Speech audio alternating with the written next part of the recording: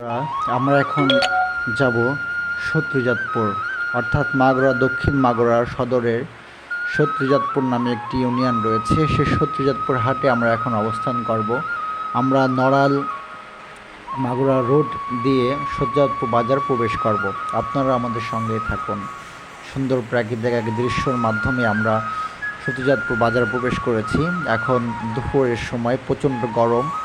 আপনারা দেখতে পাচ্ছেন বাজারে রাস্তার দুই সাইডে দোকান রয়েছে। সুন্দর এক পরিবেশে এই বাজার অবস্থিত এবং এই বাজারে মানুষ বেলা কমার সঙ্গে সঙ্গে বাজারের জন্য বের হবে। বিশেষ করে হাটের দিন, আজকে সম্ভবত হাটের দিন না, হাটের দিন হচ্ছে শুক্রবার এবং সোমবার। সেদিন প্রচণ্ড পরিমাণে ভিড় থাকে, মানুষের আনাগোনা থাকে। বিভিন্ন রকম ফল মূল বিভিন্ন কিছু বিক্রি হয়।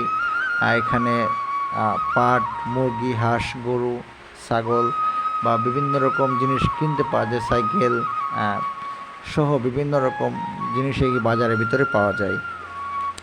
তো গ্রামীণ মানুষগুলো মাঠে কাজ করে বা শেষ বেলায় তারা হাটে প্রবেশ করে। যদিও আমরা 12টার দিকে হাটে প্রবেশ করেছি দুপুর, এই সময় মানুষের আনাগোনা খুবই কম থাকে, রাস্তাটা ফাঁকা থাকে।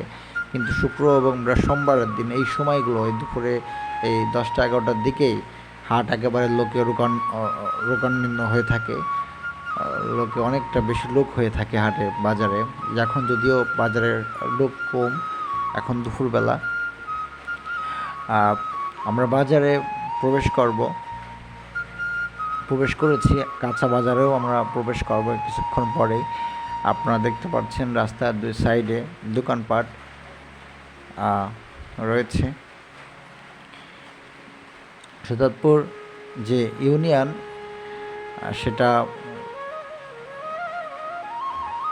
অনেক সুন্দর, অনেক মনোরম পরিবেশে বাজারগুলো আমাদের সামনে আমরা দেখতে পাচ্ছি। গ্রামীণ পরিবেশে যে মানুষগুলো বেড়ে ওঠে, তাদের দৈনন্দিন জীবনে বাজারে আসতে হয় এবং কেনাকাটা করে তাদেরকে বাড়িতে ফিরে যেতে হয়। এখানে পুঁই শাক, হচ্ছে পটল, বিভিন্ন রকম জিনিস রয়েছে। একজন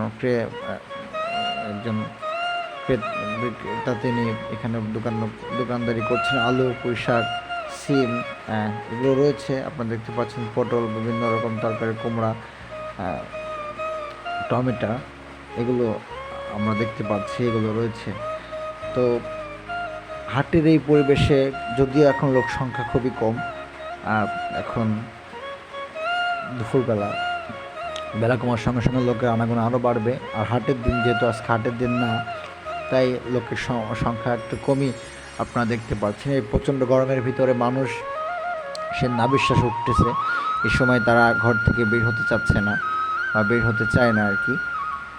তো আমরা এখন আছি মাছ বাজারে। যদিও আজকে মাছের সংখ্যা খুবই কম, যেহেতু আজকে হাটের দিন না, বা আরও সকালে মাছ বেশি থাকে। এখন দুপুরের সময় 12টা, 12:30 বাজে, এখন মাছ একেবারে কম। অনেকে মাছ বিক্রি করে চলে গেছে। কিছু মাছ আমরা দেখতে পাচ্ছি বিক্রি করছে। বিভিন্ন মাছ রয়েছে এখানে, পাঙ্গাস। এক মাছ ব্যবসার সাথে অনেক কথা বলছে। ইলিশ মাছ দেখতে পাচ্ছি, বরিশালের ইলিশ। বরিশাল থেকে ইলিশ এনেছেন এবং 1000 টাকা কেজি দরে তিনি ইলিশ বিক্রি করছেন।